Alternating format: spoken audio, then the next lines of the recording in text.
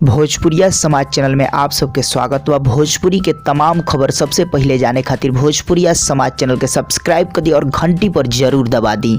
जय भोजपुरिया समाज। जी हाँ भैया, आप सबके बता दी भोजपुरी के पावर स्टार पवन सिंह के फैंस लोग तैयार हो जाए लो, कहे कि भैया पावर स्टार पवन सिंह के एक फिल्म जॉन की पूरा तरह से बन के तैयार हो गई बटे, अब आप सबके बीच रिलीज होके वाला बा। जी हाँ भैया, रिलीज खातिर फिल्म बन के पूरा तरह से तैयार हो गई। बस सारा कुछ आप सबके हम डिटेल में बताओ बनी, बस वीडियो में बना रही। चलिए आप सबके बता दी हम वही फिल्म के बारे में बात कर रहा बनी जौन फिल्म के शूटिंग ऐसे 7 साल पहले स्टार्ट हुई और फिल्म के शूटिंग भी हुई, कुछ हिस्सा बाकी रहे जौन की पिछला साल शूटिंग कंप्लीट भइल हुए। और आप सबके बता दी वो फिल्म के नाम पहले रहे सजना पे दिल आ गई। जी हाँ भैया, अब वो फिल्म के नाम चेंज हो गई बा, जौन फिल्म के नाम अब नया रखाइल बटे ना जाने कहां दिल खो गया। जी हाँ भैया, ना जाने कहां दिल खो गया ये फिल्म के नाम बटे। ये फिल्म आप सबके बीच रिलीज हुई। जी हाँ भैया, ना जाने कहां दिल खो गया, जौन के डबिंग भी पवन सिंह कंप्लीट कर लेल बने। अब आप सबके बता दी, सबसे पहले आप सबको बता दी कि ये फिल्म के डायरेक्टर बने उमर खान जी, ये फिल्म के राइटर भी बने उमर खान जी और प्रोड्यूसर बने मनोज कश्यप जी। आप सबके बता दी सबसे पहले फिल्म के शूटिंग होला, ओकरा बाद भैया ओके मिक्सिंग एडिटिंग भी होला और पोस्ट प्रोडक्शन के काम बने होला, जौन में एडिटिंग मिक्सिंग सारा कुछ कंप्लीट भइले के बाद लास्ट जौन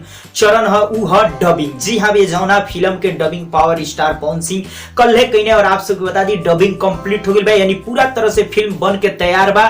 बस अब आप सबके बीच फिल्म रिलीज होके वाला बाटे, काहे कि जब फिल्म कंप्लीट हो गई तो अब आप सबके बीच फिल्म के ट्रेलर आई और रिलीज डेट के अनाउंसमेंट हुई। ओकरा बाद फिल्म भोजपुरिया पर्दा पर दस्तक भी दी और प्रदर्शित हुई। ओकरा बाद आप सब फिल्म के देख पाते। जी हाँ भैया, बहुत दिन से इंतजार आप सब जाना फिल्म के करत रहनिया, अब उस समय ज्यादा दूर नहीं है, बहुत जल्द आ गई बटे, बहुत जल्द आप सबके ई फिल्म देखे के मिली, ना जाने कहां दिल खो गया। आप सब बताइए चलते चलते भैया जब फिल्म रिलीज हुई कितना ज्यादा धूम मचाई और आप सबके रिपोर्ट कितना पसंद आई जरूर कमेंट करके बताइए। चलते चलते वीडियो को लाइक करी, ज्यादा से ज्यादा शेयर करी। फिर से हम बहुत जल्द एक नया और बेहतरीन खबर के साथ।